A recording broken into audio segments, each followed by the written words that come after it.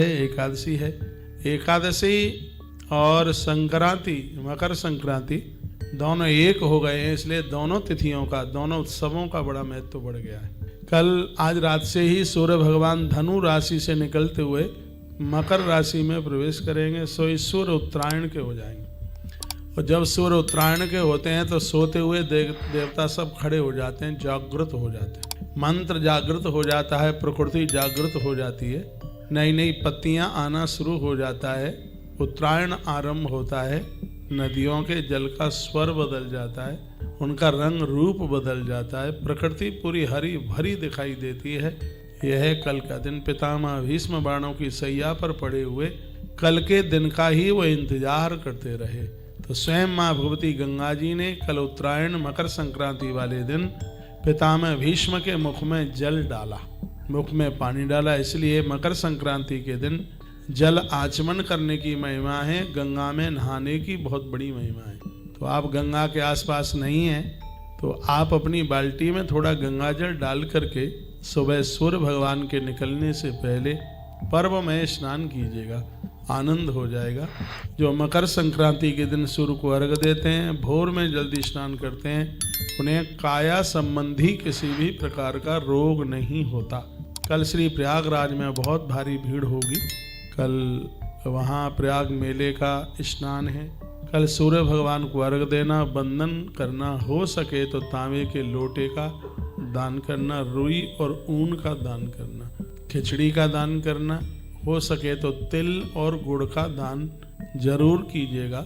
कल का दिन बहुत ही ज़्यादा प्रभावशाली है। ईंधन शमशान घाट के लिए लकड़ियों के दान की भी बहुत बड़ी महिमा है।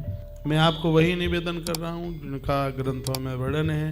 हाँ, तो यह आप सब कर सकते हैं। और कल संक्रांत है, वो एकादशी है, इसलिए रात्रि में भगवत नाम कीर्तन जागरण कीजिए, क्योंकि विष्णु जागरणे प्राप्त उपहासम करोति यः। जो भगवान के भक्त का उपहास करता है, भगवान के जागरण का विरोध करता है, 60 वर्ष सहस्राणि विष्टायाम जायते क्रमी।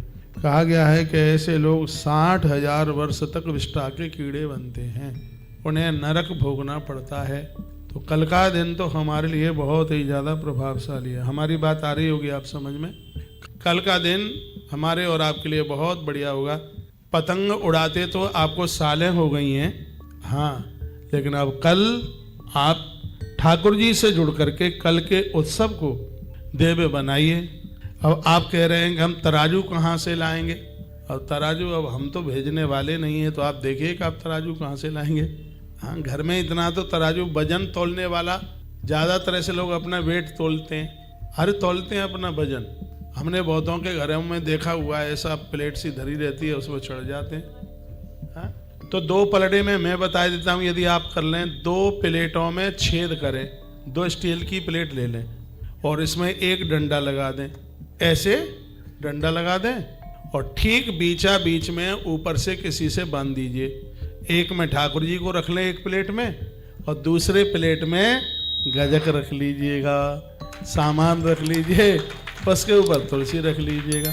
बस 2 प्लेट में छेद ही तो होंगे, हर साल वो प्लेटें काम आ जाएंगी। हाँ, प्लेट कितने की आएगी? आएगी 20-20 रुपए की 2 प्लेट घर में होती हैं ये। तो घर से 2 प्लेट में, एक प्लेट में 3 छेद करना, तराजू बन जाएगा। तराजू में पलड़े में 3 ही छेद होते हैं, तो उसको इस तरीके से कीजिए, आज ही बना लीजिए। फिर उसमें डोरी लगा करके ऐसे डंडा लगा दीजिए, थोड़ा छोटा पाइप सा लगा दीजिए, तराजू बन जाएगा। फिर उसको यूँ ऐसे लटका दीजिएगा, या हाथ से भी उठा सकते हैं उसको, ऐसे हाथ से बीच, ठीक बीचा बीच में उसको कुछ लगा करके ऐसे। आपने देखा होगा गाँवों का तराजू, ऐसे उठा के एक में लड्डू गोपाल जी, दूसरे में गजक वगैरह, उसके ऊपर आप तुलसी जरूर रख लीजिएगा। कल आप सबको ठाकुर जी का तुलादान करना ही है, जैसे करो वैसे करो, कल करना। हम भी कल करेंगे आश्रम से। तो अब मैसेज में आ गया कि मैं तो ऐसे ही बनाऊंगी। वीडियो जरूर डालिएगा, आपकी वीडियो हम टीवी पर चलवाएंगे, अपने यूट्यूब चैनल पर, और उसकी छोटी छोटी रीलें बना करके फिर इसको आगे भेजेंगे। इसका बड़ा असर होगा, बहुत आनंद होगा। दूसरी बात, जो सूर्य भगवान को अर्घ देते नहीं या देते हैं, मैं उन सबको कहूँगा कि कल भगवान भास्कर को अर्घ दिए बिना नहीं रहिएगा। तांबे का लोटा आप सबके घर में हुए, ताम्र पात्र में सबसे पहले उसमें जल, गंगाजल डालो, जल डालो, गौ माता का कच्चा दूध डालो, सफ़ेद तिल डालो, दुर्वा डालो, एक लाल फूल डालो उसमें। इतनी सामग्री डालते हुए फिर आप भगवान भास्कर को अर्घ दीजिए। आपको पता है कि कल खिचड़ी कैसे बनती है? कल की खिचड़ी सूर्य भगवान की किरणें पड़ रही हों, मौसम बड़ा बढ़िया हो गया है, सूर्य भगवान के सानिध्य में खिचड़ी बनाई जावे, फिर उसको बांटा जावे, ठाकुर जी का भोग लगाया जावे। एक बात जरूर लिख लेना, साम पुराण में लिखा है मकर संक्रांति के दिन खिचड़ी का दान करने से कुष्ठ रोग नहीं होता। भगवान के प्रपौत्र सांब को कुष्ठ रोग हो गया था, तो जगन्नाथपुरी के मंदिर के आगे चंद्रभागा नदी के किनारे सांब के लिए यही दान किया गया। एक सूर्य मंदिर का निर्माण कराया गया, वही आज कोणार्क मंदिर के नाम से जाना जाता है। अति प्राचीन है, इतनी बड़ी महिमा है कल की। हमारी भारतीय सनातन संस्कृति में मकर संक्रांति का बहुत बड़ा महात्म्य है।